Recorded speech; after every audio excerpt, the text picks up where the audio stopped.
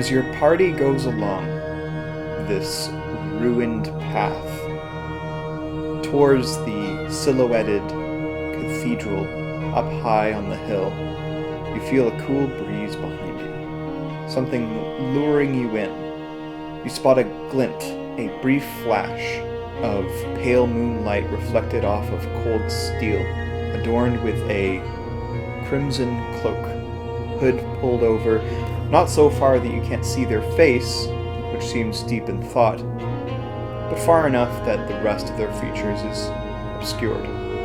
Moving gently with the wind, two large, bat-like wings protrude from this creature's back. An arm rests low along the side of this creature's body. Its arm, draped to the side, still grasps the long haft of a vicious-looking reaper, a scythe, long and curved like the moon. This creature regards you briefly, considers you are trespassing in this old place.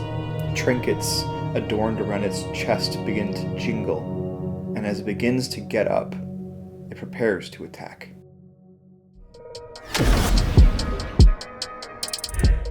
Welcome back to Lemon Courage. Today I'm painting a model from Flesh of Gods. They specialize in horror fantasy with some gruesome details, lots of drama and emotion, and in this case a bit of a gothic vibe. I've called it the Watcher of the Waning Moon. Flesh of Gods calls it the Void Sentinel. It's a pretty cool model. It's got some gothic vibes, it has a moody cloak and a ginormous scythe. In this video, I'm going to be going over a couple of cool things. So I'll be doing the silver metallics along the scythe and in some of the jewelry that the Watcher is wearing. I'll also be doing a bright red cloak that's got kind of Red Riding Hood vibes, but it's longer and more grizzled and covers most of the model. And I'll also be going over the pale skin, specifically the parts of the skin that shine in the moonlight, because the overall vibe I was going for was that this creature is sitting in a sliver of moonlight. Then let's get some paint on those brushes and get at it.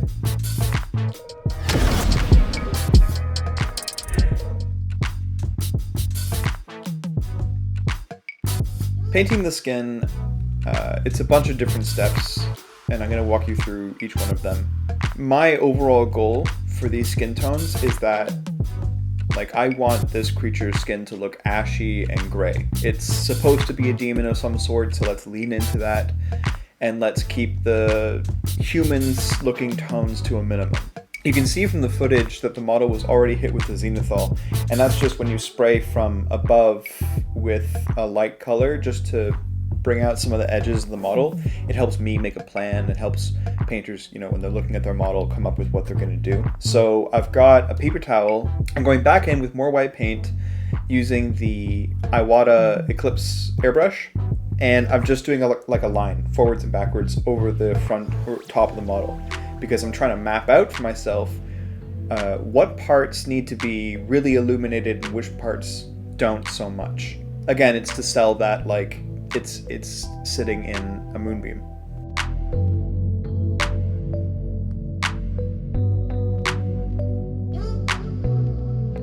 With the highlighting done, that moonbeam section, I can jump in with the two base paints I'm going to be using for the skin. They're both from Vallejo. The first is French Blue, which I love using for any mid-tone gray. And the second one is dark blue gray. The base coating is really straightforward. That work I did spraying from above, that's my map. I'm just going to focus on that. The parts that were hit with white, I'm going to do a base coat in the French Blue. And the parts that didn't get hit with white, those are going to be painted dark blue gray. I'm not worried about losing the zenithal because I'm going to be covering all of it in paint anyways.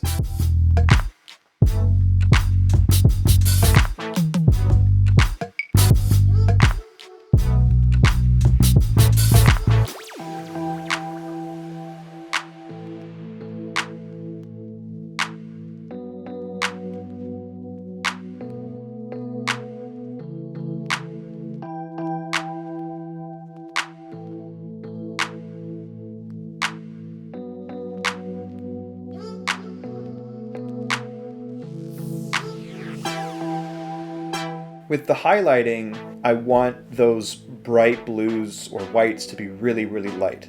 So I'm working up to white on the knee, on the shoulder, even on like parts of the face. I'm trying to really bring it out so that it's really, really bright.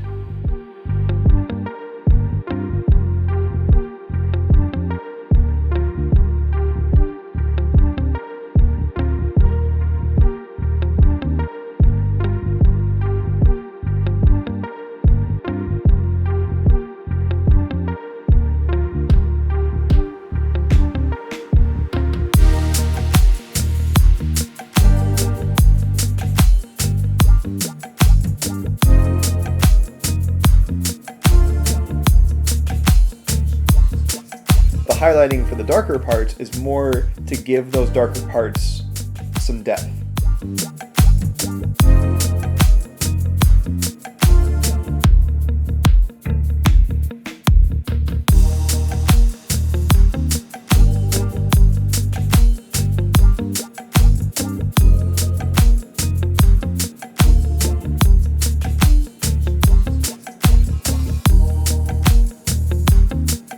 Near the end, when I've got a lot of the highlighting where I want it to be, I actually come in with a bit of pink, because while this creature is mostly non-humanoid, it is a demon of some sort, I do want a little bit of life to show. So just a little bit of pink to bring out some of that, there could be blood flowing in those veins. Ultimately, I want this to be a sympathetic character, not a scary, creepy, made of bone kind of character.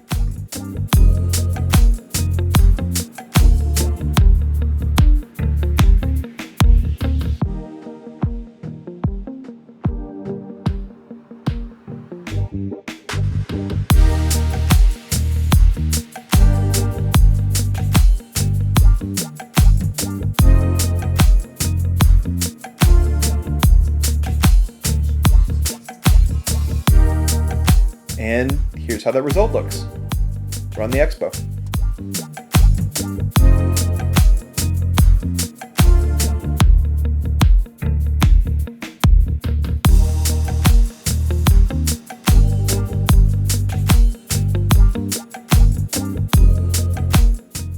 The next part I'm focusing on is the red cloak on the Watcher. The cloak has a whole bunch of texture to get into, a lot of really fun shapes, but it also is going to sell the effect of the Watcher being in that moonbeam the most out of any part in this model. The base coat is going to be the same approach as what I did for the skin. The light section is going to be base coated in blood red from AK, and the dark section is going to be base coated in black red from Vallejo.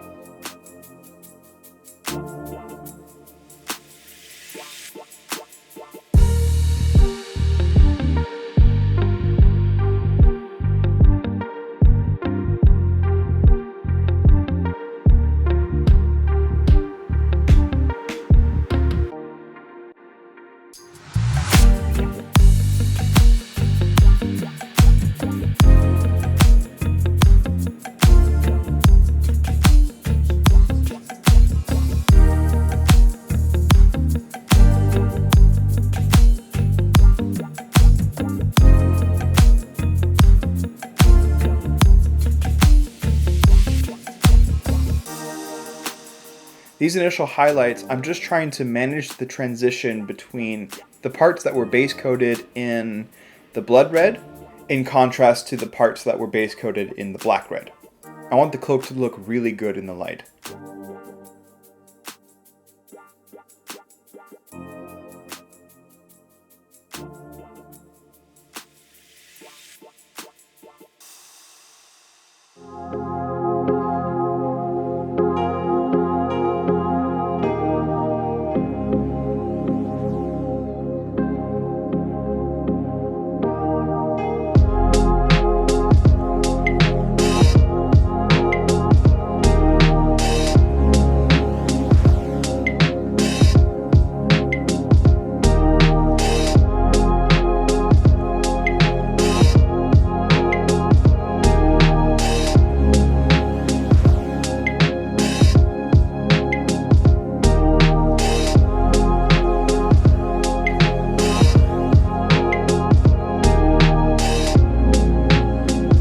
For the brighter sections, I'm making a transition color, where I'm mixing the base coat blood red with the highlight color light flesh from Vallejo. The goal is to make some transition colors between the blood red and the light flesh so that you eventually work up to that white, almost pink color.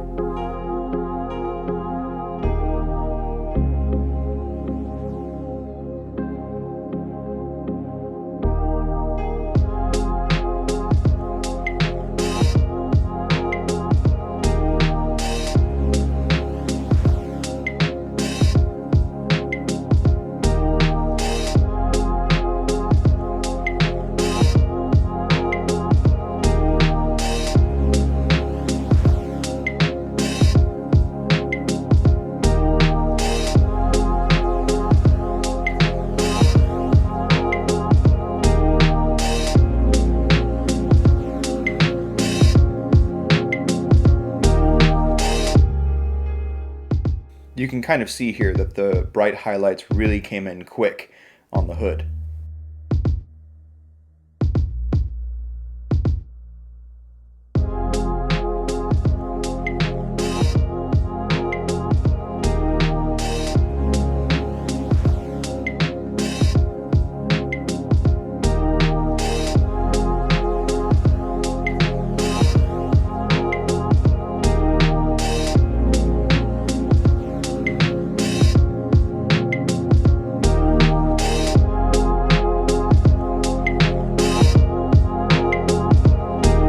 Non-metallic metal, the parts that are in the moonlight need to be really bright, whereas the parts that are outside of the moonlight don't need to be as bright. This is the same principle as all the other parts of the model so far. The parts that are light, I'm going to be base coating with French blue from AK. And the parts that are dark, I'm going to be base coating with dark blue-gray from Vallejo.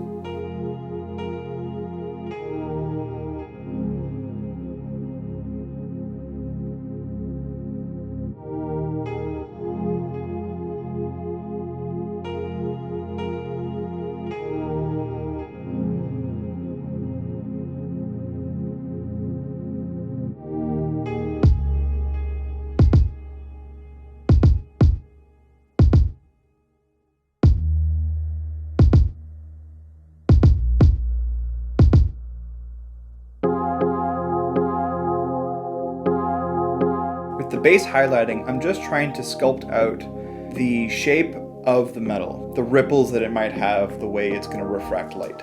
On both of these parts, because metal is shiny no matter where you put it, I'm going to be working the lights up to Blue Frost from Army Painter. And as I work up to a higher highlight, I'm going to focus less on the body of the highlight and more on the edges of the object.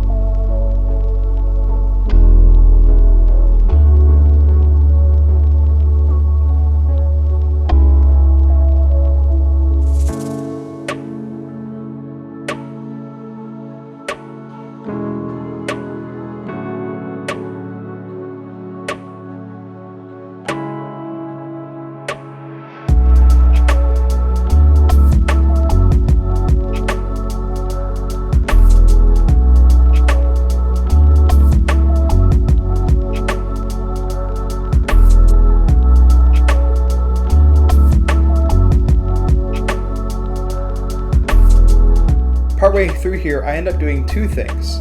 First, I push the contrast a little by bringing in some more of that black red into the metal. The idea is that the dark red will bring a stronger contrast to those overall blues of the steel.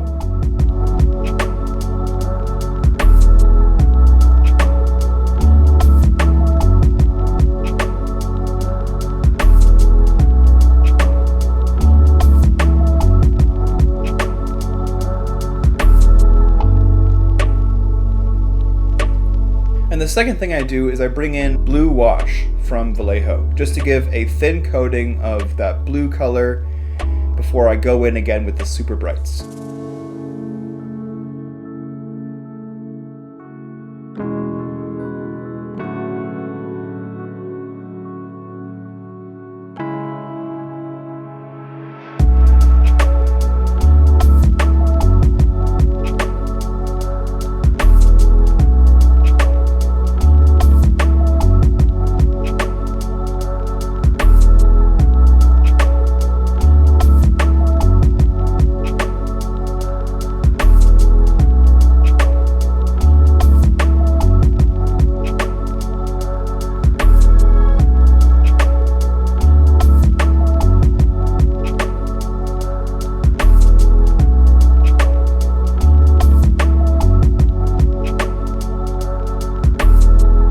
Super brights, I'm hitting it with my favorite matte white from Army Painter. It's my favorite because it dries super flat and it's just got a really strong pigment to it. And I'm going to focus in on some of the details.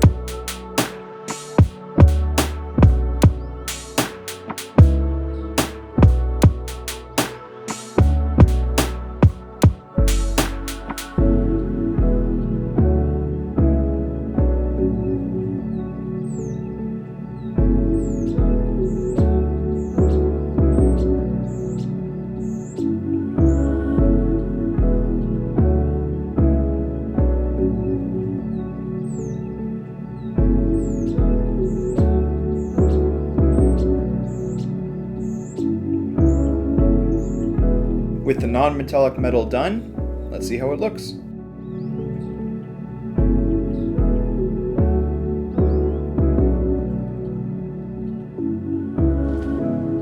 Up next is the hand wraps and the wrapping on the scythe. It's got a roughly worked leather look, where some parts look like they're rope. I hit it with a base coat of flat earth from Vallejo and highlights of light skin, also from Vallejo.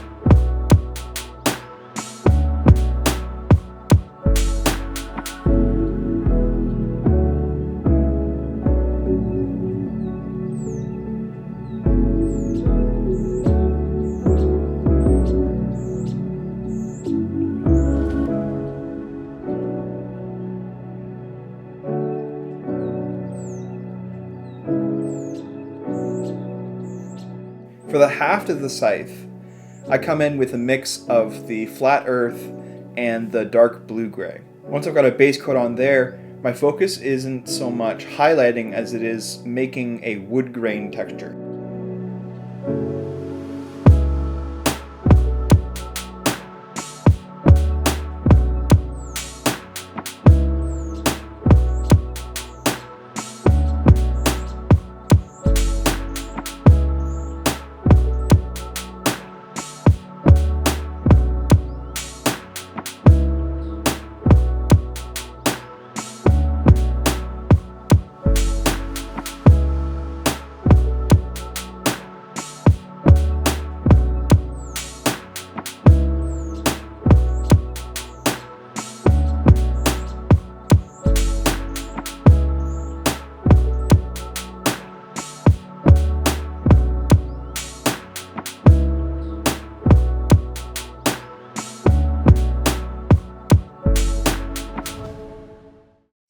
Also, there's a section where I almost forgot the book underneath his limp arm and kind of mixed in with the cloak, but we won't tell anyone about that.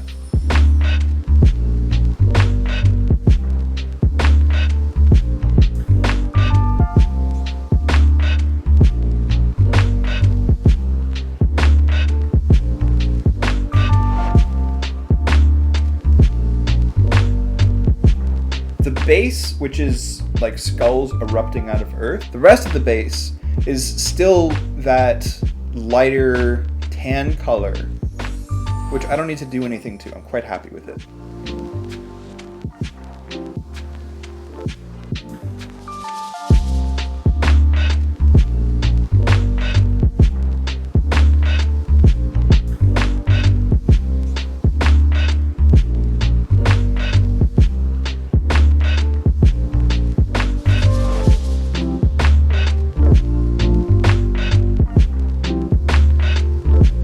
Going to be highlighted with white. I'm going to wash over it with Night Haunt Gloom from Citadel.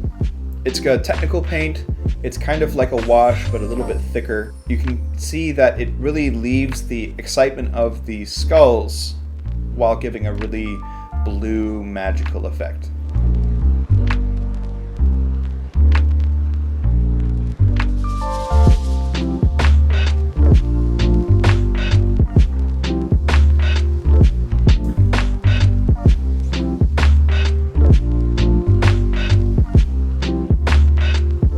Final touches are the black rim around the bottom of the base.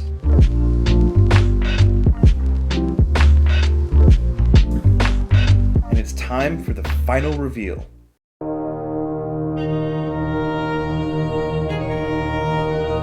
What I liked overall was it's expressive and fun and moody and gothic. I liked all of that. The only thing I really struggled with on this model was picking out all of the details and coming up with a plan, because there's many different layers to this creature. There's a lot that can easily be missed when you're focusing on the bigger details. The big surprise for me painting this model was how quickly the highlighting of the red cloak came together. It was like one brushstroke, and all of a sudden I had this bright white highlight all over the hood. All my friends have been calling it Red Riding Hood ever since. It was a super fun model to paint. I had an absolute blast, and I'm sure you will too. I highly recommend you go check out the model, check out everything from Flesh of Gods. They all have the same kind of cool vibe. If you thought you would do this model a different way, leave it in the comments. I'd love to know your thoughts on how I could try things differently. If you like what you saw, like and subscribe to the channel. If you want to support me, go over to Patreon, where I have some behind the scenes. I've got a community Discord and other goodies for my friends. If you want to see the full-length video, I've got it up on my YouTube, or I will very soon, and it's the full 4-hour stream from Twitch. If you want to join live, keep an eye out on my Instagram, where I usually post when I'm going to go live. And that's it. Stay courageous.